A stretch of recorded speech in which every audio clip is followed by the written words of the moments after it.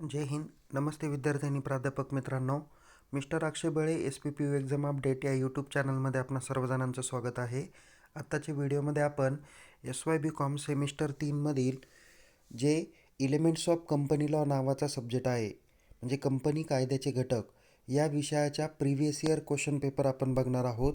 तसेच येणाऱ्या winter exam 2022साठी question पेपरचा फॉर्मॅट कसा असणार आहे आणि या क्वेश्चन पेपरच्या अभ्यासासाठी काही महत्त्वपूर्ण प्रश्न आपण या व्हिडिओमध्ये डिस्कस करणार आहोत. त्यामुळे विद्यार्थी मित्रांनो, अद्याप जर का आपण या यूट्यूब चॅनलला सबस्क्राईब केलं नसेल तर त्वरित सबस्क्राईब करा. अधिक माहितीसाठी तुम्ही या यूट्यूब चॅनलला सबस्क्राईब करा. टेलिग्राम चॅनलमध्ये सहभागी व्हा. जर हा व्हिडिओ आवडल्यास या व्हिडिओला लाईक करा आणि आपल्या सर्व विद्यार्थी मित्रांपर्यंत हा व्हिडिओ शेअर करायला विसरू नका.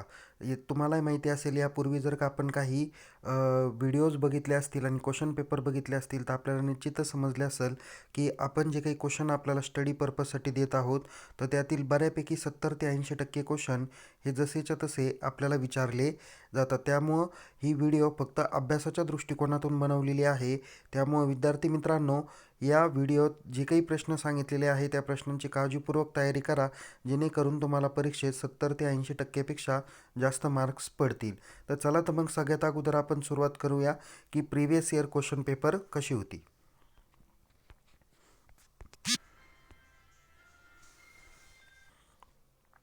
बघा विद्यार्थी मित्रांनो, यापूर्वी जी काही प्रश्नपत्रिका परीक्षा झाली होती त्यामध्ये ही कंपनी कायद्याची मूलतत्वे म्हणजेच एलिमेंट्स ऑफ कंपनी लॉ याची क्वेश्चन पेपर आहे. ही क्वेश्चन पेपर मराठी ॲज वेल ॲज इंग्लिश अशा दोन्ही लँग्वेजमध्ये आपल्याला बघायला भेटणार आहे. जर आपल्याला इंग्लिशमधून सॉल्व करायची तर आपण इंग्लिश करू शकता. जर मराठीतून सॉल्व करायची तर आपण मराठीमध्ये देखील सॉल्व करू शकता. तर बघा विद्यार्थी मित्रांनो, यामध्ये इन्स्ट्रक्शन बघा. प्रश्न क्रमांक 1 आणि प्रश्न क्रमांक 6 हे आपल्याला कंपल्सरी सॉल्व करायचे आहे. तर रिमेनिंग जे काही प्रश्न आहे म्हणजेच प्रश्न क्रमांक 2, 3, 4 आणि 5 यापैकी कोणतेही 3च प्रश्न आपल्याला सॉल्व करायचे आहे. आणि उजवीकडे जे काही फिगर दाखवत आहे तर या फिगर्स म्हणजे हे काही अंक आहेत ते तुम्हाला मार्क्स दर्शवतात. अशा पद्धतीने इन्स्ट्रक्शन दिलेले आहे. ओके. सो नंबर 1 प्रश्न होता की तुम्हाला MCQ टाईप. ओके. यामध्ये तुम्हाला 7पैकी कोणत्याही 5 MCQची उत्तरं लिहायची आहेत. यासाठी तुम्हाला 5 मार्क्स आहे. तर प्रश्न क्रमांक 1B match the following pairs आहे. इथे तुम्हाला 5 जोड्या लावा आहेत. त्यांची उत्तरं लिहिली तर त्या ठिकाणी तुम्हाला 5 मार्क्स भेटून जातील. प्रश्न क्रमांक 2, 3, 4 आणि 5 हे प्रत्येक चॅप्टरवरती ब्रॉड क्वेश्चन असणार आहे. ज्यामध्ये प्रश्न क्रमांक 2 हा चॅप्टर नंबर 1 वरती ब्रॉड क्वेश्चन आहे, त्यासाठी 15 मार्क्स आहे. प्रश्न क्रमांक 3 हा चॅप्टर नंबर 2 वर ब्रॉड क्वेश्चन आहे, त्यासाठी 15 मार्क्स आहे. प्रश्न क्रमांक 4 हा चॅप्टर नंबर 3 वरती ब्रॉड क्वेश्चन आहे, त्यासाठी सुद्धा 15 मार्क्स आहे. तर प्रश्न क्रमांक 5 हा चॅप्टर क्रमांक 4 वरती आहे, त्यासाठी देखील 15 मार्क्स आहे. यापैकी question number 2nd, 3rd, 4th आणि 5th फक्त 3च प्रश्न सॉल्व करायचे आहेत. ओके. तर प्रश्न क्रमांक 6 हा टिपा द्या आहे. एकूण 5 टिपा द्या शॉर्ट नोट्स विचारले जातील, त्यापैकी 3 प्रश्नांची उत्तरं लिहायची आहे, त्यासाठी तुम्हाला 15 मार्क्स आहे. बघा विद्यार्थी मित्रांनो, इथे जर का आपण बघितलं तर तुम्हाला समजून येईल की क्वेश्चन नंबर 1साठी 10 मार्क्स आहे. तर क्वेश्चन नंबर 2nd ते 5th पर्यंत इथे तुम्हाला 45 मार्क्स होतील आणि प्रश्न क्रमांक 6साठी तुम्हाला 15 मार्क्स आहे. सो अशा पद्धतीने या सगळ्यांची बेरीज केली तर तुम्हाला ती 70 मार्कासाठी होणार आहे. तर टाईम ड्युरेशन तुम्हाला 2 तास 30 मिनिटापर्यंत दिलेला आहे. ओके. सो या पद्धतीने क्वेश्चन पेपरचा फॉर्मॅट तुम्हाला आत्ता सांगितलेला आहे. असाच फॉर्मॅट तुम्हाला येणाऱ्या परीक्षेसाठी देखील विचारला जाणार आहे. तर आपण बघूया की प्रश्न क्रमांक 2, 3, 4, 5 या ठिकाणी कोणते प्रश्न विचारले जातील. तर प्रश्न क्रमांक 6साठी कोणकोणते प्रश्न विचारले जातील या सगळ्यांची माहिती आपण या व्हिडिओमध्ये बघणार आहोत. अद्याप जर का आपण या व्हिडिओला लाईक केलं नसेल तर लाईक करा, शेअर करा आणि या व्हिडिओला किंवा या चॅनलला सबस्क्राईब करायला विसरू नका. चला, तर मग बघूया आपण काही महत्त्वाचे प्रश्न. बघा विद्यार्थी मित्रांनो, इथे तुम्हाला कंपनीचे प्रकार आणि कंपनी म्हणजे काय आणि कंपनीचे प्रकार एक्सप्लेन करायला लावलेले होते. हा अगोदरच्या क्वेश्चन पेपरमधला महत्त्वाचा प्रश्न चॅप्टर नंबर 1 वर विचारलेला होता. म्हणजे define the term of company, explain the types of company. 2nd number आहे कंपनीच्या स्थापनेच्या विविध अवस्था स्पष्ट करा. म्हणजे explain the stages in commencement of A business of a company. इथं कमिटमेंट लिहिलं, कमेन्समेंट ऑफ ए बिझनेस असा कन्सिडर करा. त्यानंतर घटनापत्रक आणि नियमावली यातील फरक विचारलेला आहे. एक्सप्लेन किंवा distinguish between memorandum of association and article of association आहे. नंतर लास्ट नंबर चॅप्टरवरचा ब्रॉड क्वेश्चन होता, भाग भांडवल म्हणजे काय आणि भागावरील हप्ता मागणीच्या वैध तरतुदी स्पष्ट करा. म्हणजे define the term of shares, explain the general principles relating to the allotment of share. Okay. त्यानंतर बघा काही महत्त्वाचे प्रश्न दिलेले आहे. प्रश्न क्रमांक 5 आहे, भागाचे अनियमित वाटप म्हणजे काय आणि अनियमित भागवाटपाचे काय परिणाम होतात. म्हणजे what is the irregular allotment and what are the consequences of irregular allotment. हा चॅप्टर नंबर 3 वरचा महत्त्वाचा प्रश्न आहे. चॅप्टर नंबर 4 वरती प्रश्न आहे, कंपनीचे भांडवल वाढवण्याचे विविध मार्गाचे वर्णन करा. Explain the various ways of raising capital from the company. Company कशा पद्धतीने भांडवल उभारणी करू शकते, हा एक महत्त्वाचा प्रश्न आहे. नेक्स्ट आहे, कंपनीचे भाग भांडवल म्हणजे काय आणि समभागाचे स्वरूप आणि प्रकार स्पष्ट करा. What do you mean by share capital, explain the what do you mean by the shares capital of a company आणि explain the brief nature and kinds of shares. Okay.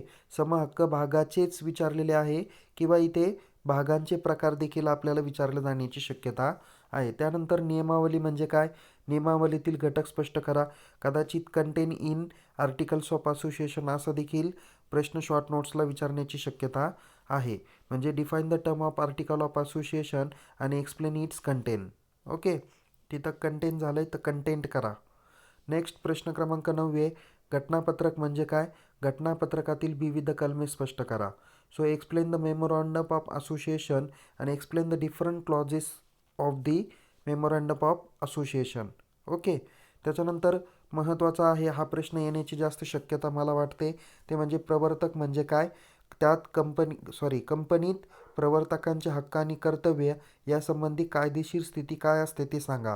What do you mean by promoter, explain in brief the position of a promoter relating to its rights and duties of a company.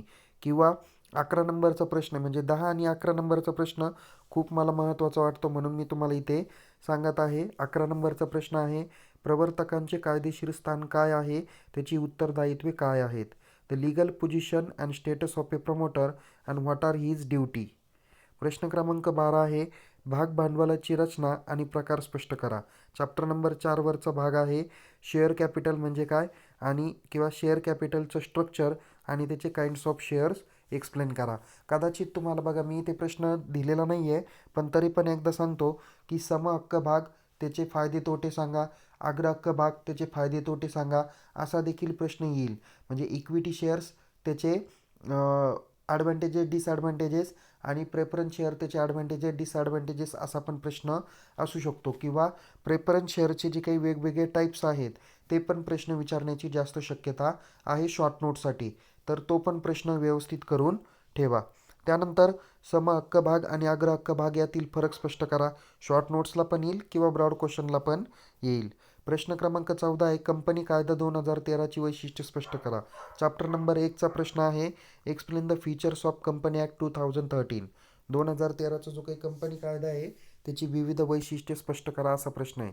बघा इथे तोच प्रश्न दिलेला आहे, company म्हणजे काय आणि कंपनीची वैशिष्ट्ये विचारलेली आहे. Define the term of company आणि एक्सप्लेन किंवा state its features and characteristics. Okay. त्यानंतर शॉर्ट नोट्सकडे वळूया. शॉर्ट नोट्स आहे, आजारी कंपनी म्हणजेच सिक कंपनी. दुसरा आहे कंपनीची नोंदणी म्हणजेच रजिस्ट्रेशन ऑफ ए कंपनी. तिसरं आहे अधिकार बाह्य सिद्धांत, त्याला अल्ट्रा व्हायरेस असं देखील म्हटलेलं आहे. 4 नंबरची टिप्स आहे, कर्मचारी भाग विकल्प संकल्पना, त्याला इंग्लिशमध्ये म्हटलं जातं एम्प्लॉई स्टॉक ऑप्शन स्कीम. 5वा आकडा आहे, माहितीपत्रातील असत्य विधान, मिस स्टेटमेंट इन प्रॉस्पेक्टस. नंतर 6 नंबरचा महत्त्वाचा प्रश्न मला वाटतो, कंपनी स्थापनापूर्व करार, ज्याला आपण प्री इनकॉर्पोरेशन कॉन्ट्रॅक्ट्स असं म्हणतो. 7वा पण महत्त्वाचा आहे, कंपनीचे नोंदणी प्रमाणपत्र, सर्टिफिकेट ऑफ इनकॉर्पोरेशन.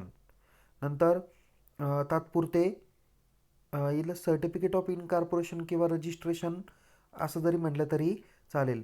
8 नंबर आहे तात्पुरता करार, ज्याला आपण प्रोव्हिजनल कॉन्ट्रॅक्ट्स असं म्हणतो. 9 नंबर प्रवर्तक म्हणजे प्रमोटर.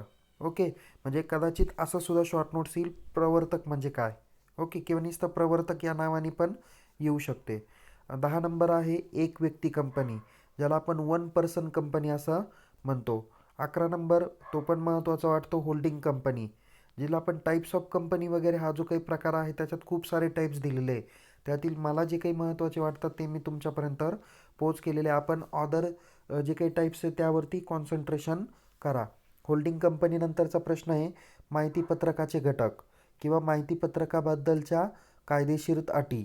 हा प्रश्न ब्रॉड क्वेश्चनला पण विचारण्याची जास्त शक्यता आहे. Content of prospectus and explain the legal condition of A issue in prospectus. प्रश्न क्रमांक 13 आहे घटनापत्रकातील उद्देश कलम, objects clauses in the memorandum of association. त्याच्यानंतर 14वा दिलेला आहे कंपनी कायदा अंतर्गत रचनात्मक सूचना या तत्वाचे महत्त्व. 15 नंबर आहे अंतर्गत व्यवस्थापन, ज्याला आपण इनडोअर मॅनेजमेंट म्हणतो, शॉर्ट नोट्सला विचारण्याची शक्यता आहे. 16 नंबर दिलेला आहे नामविधान आणि त्यातील बदल, name clauses and it's alteration. 17 number महत्त्वाचा आहे बघा इथे. 16 नंबर आणि 17 नंबर यापैकी कोणतेही किंवा 13 नंबर यापैकी कोणताही एक विचारण्याची जास्त शक्यता आहे. नोंदणीकृत कार्यालय कलम 16 नंबर राहिलं नामविधान आणि त्यातील बदल, नेम क्लॉजेस आणि इट्स अल्टरेशन. 17 नंबर आहे नोंदणीकृत कार्यालयीन कलम, त्याला आपण रजिस्ट्रेशन ऑफिस क्लॉज असं म्हणतो. 18 नंबर आहे भाग प्रमाणपत्र, शेअर सर्टिफिकेट. 19 आहे समभागांचे किंवा प्रतिभूतीचे वाटप, अलॉटमेंट ऑफ शेअर. आणि 20 नंबर आहे बोनस शेअर्स किंवा बोनस भाग. 18, 19, 20 यापैकी देखील एखादी शॉर्ट नोट्स विचारण्याची जास्त शक्यता आहे. बघा विद्यार्थी मित्रांनो, अशा पद्धतीने आपण एलिमेंट्स ऑफ कंपनी लॉ या विषयाच्या प्रिव्हियस इयर क्वेश्चन पेपरचा फॉर्मॅट आणि आत्ताच्या विंटर एक्झाम 2022साठी काही महत्त्वाचे प्रश्न आपण शेअर केलेले आहेत. बघा या पद्धतीने विद्यार्थी मित्रांनो आपण आपल्या परीक्षेची तयारी करू शकता. अशाच नवीन नवीन माहिती आणि व्हिडिओ बघण्यासाठी आपण आपल्या या यूट्यूब चॅनलला सबस्क्राईब करा. टेलिग्राम चॅनलमध्ये सहभागी व्हा, लिंक डिस्क्रिप्शन बॉक्समध्ये दिलेली आहे. आणि विद्यार्थी मित्रांनो हा व्हिडिओ जास्तीत जास्त विद्यार्थ्यांपर्यंत शेअर करा, जेणेकरून त्यांनाही परीक्षेची चांगली उत्तम तयारी करता येईल. पुन्हा भेटूया एका नवीन विषयासह, नवीन व्हिडिओसह. तोपर्यंत या व्हिडिओला लाईक करा, शेअर करा आणि यूट्यूब चॅनलला सबस्क्राईब करा. तुम्हाला परीक्षेसाठी खूप खूप शुभेच्छा. Take care. जय हिंद. धन्यवाद.